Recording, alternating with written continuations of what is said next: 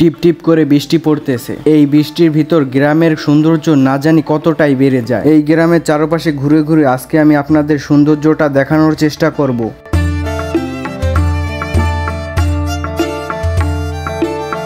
ভাই আজকে আমি তোমাদের দেখো বৃষ্টি দিনে গ্রামের এই অসাধারণ সুন্দর দৃশ্য। ভাই লিটারালি এত পরিমাণে বৃষ্টি হয়ে যাচ্ছে যে ঘর থেকেই বের হইতে পারতেছি না, আর ঘরে বসে বসে বোরিং হয়ে যাচ্ছি, তাই ভাবলাম একটু হাঁটাহাঁটি করে আসি।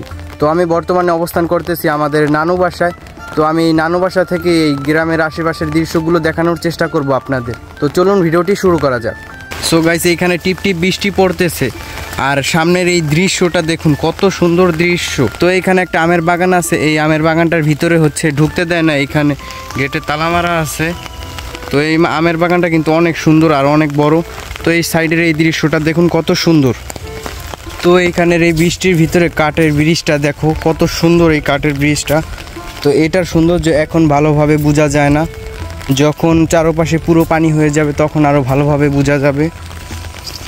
তো এইখানে দেখো একজন বৃষ্টির ভিতরে ভিজে ভিজে পাট কাটতেছে। তো এই ব্রিজটা অনেক সুন্দর একটা ব্রিজ।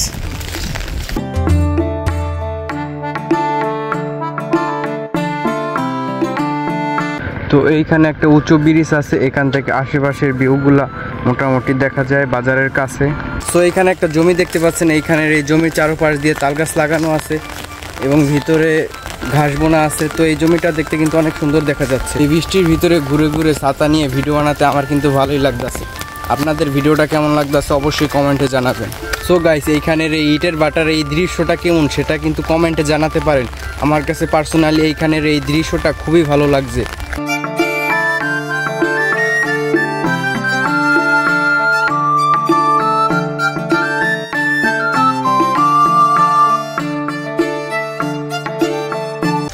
তো এখন চলে আসছি আমাদের নানু বাসার বাড়ির পাশের এই মেন রোডে। তো এইখান দিয়ে তেমন একটা গাড়ি ঘোড়া চলাফেরা করে না, কারণ ওই সামনে একটা ব্রিজ আছে, ওই ব্রিজটা ভেঙে গেছে এর কারণে। আর এই জায়গার দৃশ্যটাও কিন্তু মোটামুটি ভালো, আর পাশ দিয়ে নদী বয়ে যাচ্ছে, এটা অনেকটাই ভালো লাগছে আমার কাছে। এরপর চলে আসলাম আমাদের নানু বাড়ির পাশের একটা বালির মাঠে। এইখানের এই দৃশ্যটা কিন্তু অনেক সুন্দর, আর পাশ দিয়ে নদী বয়ে যাচ্ছে। তো এইখানে আসলাম, এইখানের জায়গাটা মোটামুটি অনেকটাই সুন্দর লাগছে। তো এরপর আমরা ওদিকে গিয়ে দেখি যে কি কি দেখাতে পারি আপনাদের। এইখানের এই ব্রিজটা ভেঙে যাওয়ার কারণেই মূলত এখান দিয়ে গাড়ি ঘোড়া চলতে পারে না, আর ব্রিজের নিচের এই পানিতে কিন্তু অনেক লোকজন গোসল করতেছে। সো গাইস, এই ভিডিওটা শুরু থেকে এখন পর্যন্ত কিন্তু টিপ টিপ করে বৃষ্টি পড়েই যাচ্ছে। তো আজকের ভিডিওটি কেমন লাগলো অবশ্যই কমেন্টস করে জানাবেন, আর এরকমই ভিডিও দেখার জন্য চ্যানেলটি সাবস্ক্রাইব করে দিও। বাই।